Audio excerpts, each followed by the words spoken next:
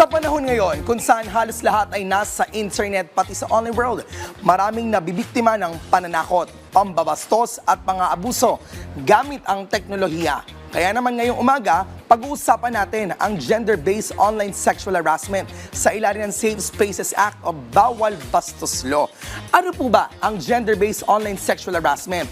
Ayon sa batas, ito'y tumutukoy sa mga kilos o gawaing gumagamit ng Information and Communications Technology o ICT o online platforms para takutin, iharas o abusuhin ang isang tao. Ilan sa mga halimbawa nito, una, mga pagbabanta, mapapisikal man yan, emosyonal, psychological na pananakot gamit ng internet.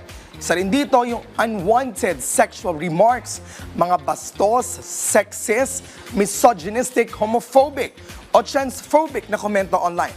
Kahit din po sa private messages. Ang paglabag din po sa privacy. Ito po yung halimbawa rito, yung cyberstalking o yung paulit-ulit na pagmemensahe. Ano po ba itong cyberstalking? Isa po sa mga pinakamadalas na paraan ng online harassment ay ang cyberstalking.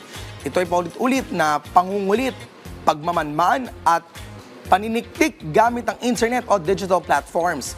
Tandaan po natin, ang simpleng pagtingin sa isang public profile ay hindi agad stalking pero kapag ito ay naging paulit-ulit at may intensyong takutin o saktan ng isang tao, ito ay maaaring maging kaso ng cyberstalking. If we're talking about pag-upload o pagpapakalat ng sensitibong content, mga larawan, video o audios na may sexual content ng walang pahintulot, maging yung pagnanakaw ng pagkakakilanlan, o ito yung paggamit ng identity ng isang tao online para sirain ang kanyang reputasyon, maging yung false abuse reports o pagsampa ng peking reklamo para lamang patahimikin ang isang biktima.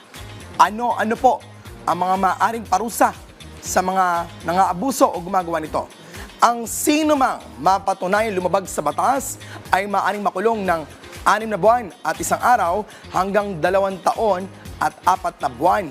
Bukod dito, maaari rin silang pagmultahin ng 100,000 hanggang 500,000 pesos o parehong kulong at multa, depende sa desisyon ng korte. Paano magreklamo at mag-report? Kung ikaw po o ang iyong kakilala ay biktima ng gender-based online sexual harassment, maaaring magsampa ng reklamo sa NBI Cybercrime Division, sa PNP Anti-Cybercrime Group, Cybercrime Office ng Department of Justice o DOJ. Ito pong ilan sa tips sa pagsagip ng digital evidence. Kung ikaw ay biktima, mahalaga rin syempre ang ebidensya. Narito ang mga dapat gawin. Isulat ang URL o web address ng account ng perpetrator. I-screenshot o i-print ang harassment message o content, pati na ang conversation. I-report agad sa otoridad gamit ang tamang online platforms. Sa digital age, hindi natin dapat ipagsawalang bahala ang online harassment. Labanan natin ito sa pamagitan ng tamang impormasyon, mabilis na aksyon at pagsuporta sa mga biktima. Tandaan, walang lugar ang harassment, online man o sa totoong buhay. Yan po ating napag-usapan dito lang sa G-Terms.